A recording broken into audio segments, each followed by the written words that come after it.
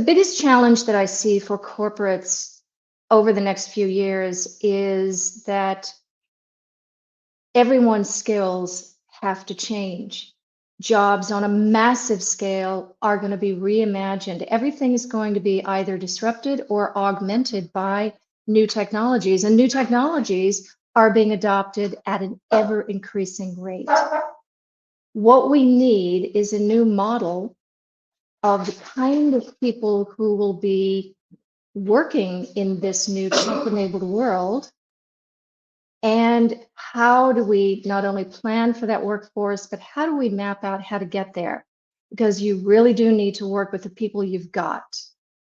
Everyone's going to be racing to recruit people with tomorrow's skills. You will have to build them yourself. Change and growth in the industry, in any industry, in the next 3 to 5 years. Yes, we have new technological capabilities, but technology does not create change.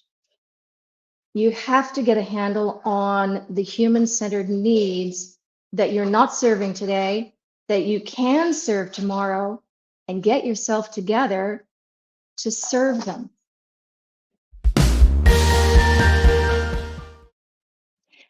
Gen AI gives us an amazing leg up in terms of capabilities, the speed of work. It's an incredible tool, but anyone who uses it extensively has to caution new users.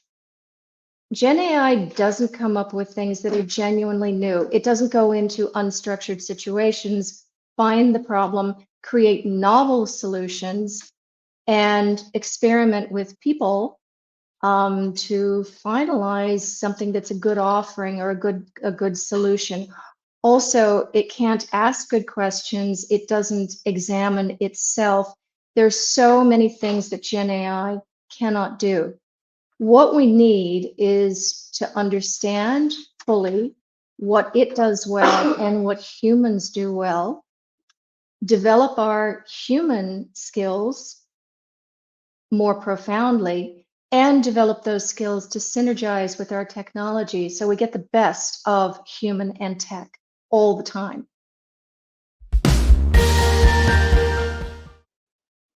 The most surprising lesson I've learned is one rooted in digital transformation. For tech heads, tech lovers like myself, I look at new capabilities. As an entrepreneur, I look at new opportunities and say, yeah, duh, this is how the future should be. Let's go. And nobody wants to do it. Even with virtual work, we had capabilities long, long ago. Nobody wanted to do it until COVID came along. Then once everybody does get excited and does feel pressure, people tend to think it's the tech that drives the change. It absolutely is not. It's the people. It's figuring out what's needed, coming up with a plan. You're never going to implement according to plan, but you're not going to implement without one. That's a steal from Eisenhower about winning wars.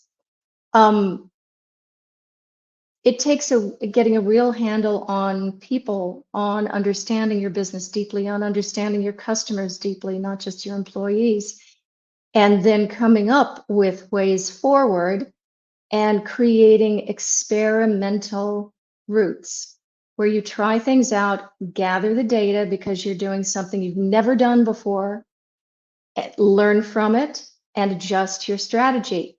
Then go collect more data, trying something else, and repeat. So people have to learn how to do learning business, experimental business, not just marching according to the plan that you set last year.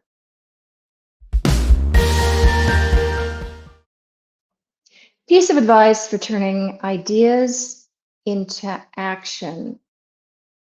One key thing, I think, besides sharing vision with everyone, is to give them room to think with their hands Stop planning everything. Stop thinking of everything. Stop driving from your head. Start thinking with your hands and your feet and your heart, and let people know that if they fail experimenting and trying to push something new forward, that's fine. It's only a failure if you don't learn. So create those learning loops and get people comfortable experimenting with something new. Hi, I'm Dr. CJ Meadows from SP Jain School of Global Management. I run an innovation center. I'm a multi-book author, including one on the future of learning coming out later this year. Join me for the People Matters Tech HR conference on the 18th of July at Marina Bay Sands to learn how to move from inspiration to action.